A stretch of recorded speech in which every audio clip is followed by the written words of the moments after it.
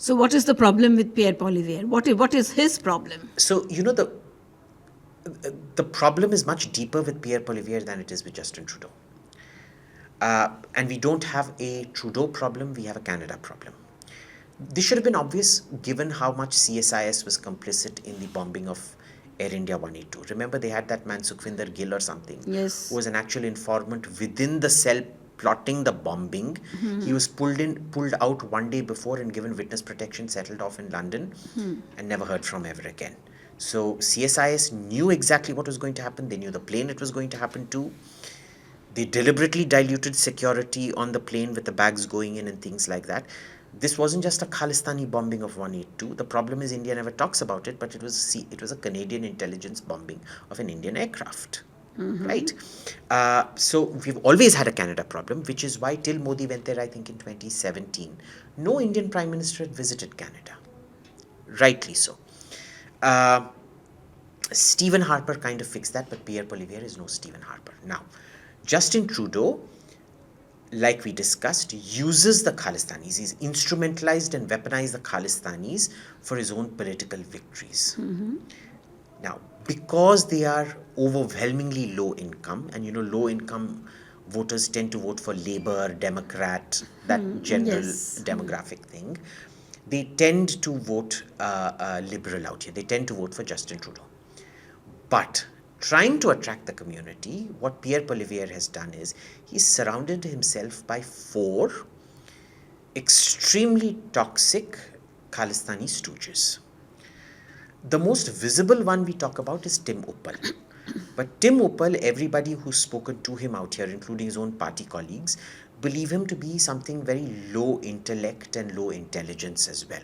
He's there more as a sort of consensus candidate. You remember what Margaret Thatcher used to say about consensus, right? Consensus is where everybody agrees to do what nobody has any faith or conviction in. So he's that kind. He's stupid enough to be made what he is, which is why he'll never be anything other than Minister for Multicultural Affairs. He will only be the poster child of multicultural affairs because he doesn't have the brains to do anything. And what does the Minister of Multicultural Affairs do? He goes on Jewish holidays to Jewish places, on Christian holidays to Christian places, on Native American holidays to Native American places, etc., etc., etc., right? The 3 really dangerous people are a guy called Arpan Khanna, whose wife is a Khalistani terrorist. Oh gosh. She's very closely linked with the WSO, and she's been pushing his tendencies, his Khalistani tendencies, and he gatekeeps Pierre Poilievre. So he was the one who was responsible for cancelling the Diwali celebration, which they then had to do damage control for, right? Because the guy who hosts it, a conservative MP, he saw the Khalistanis were raising a big this thing about it. He sent the letter to Arpan Khanna, and Arpan Khanna is the one who said, oh yeah, just cancel everything, right? Very toxic fellow, because tomorrow you tell him, say I don't believe in Khalistan, he'll say I don't believe in Khalistan. So, and he'll go back and tell the Khalistanis, see, I had to do it because it was camouflage.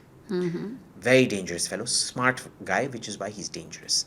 The 2 people who are much, much more dangerous are Jasraj Hallan, who is the shadow finance minister, who will probably become the finance minister, out and out, infinitely more dangerous than Tim Uppal.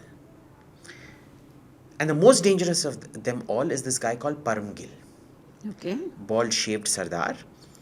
He's the most Khalistani of the lot. He knows where to put his money. He knows how to manipulate issues. He knows how to build narratives and things like that.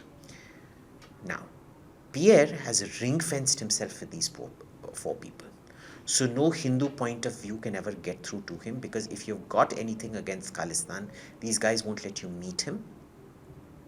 Unless you're people like Madhusudan Lamba or Rupnath Sharma, the 2 priests and the Mandir guys who are anyway in the Khalistani pocket. So what do? And like we discussed, Pierre Poilievre is no Stephen Harper. Stephen Harper is probably the greatest prime minister Canada has had in its history. This man has neither the courage, nor the conviction, nor the principles of Stephen Harper.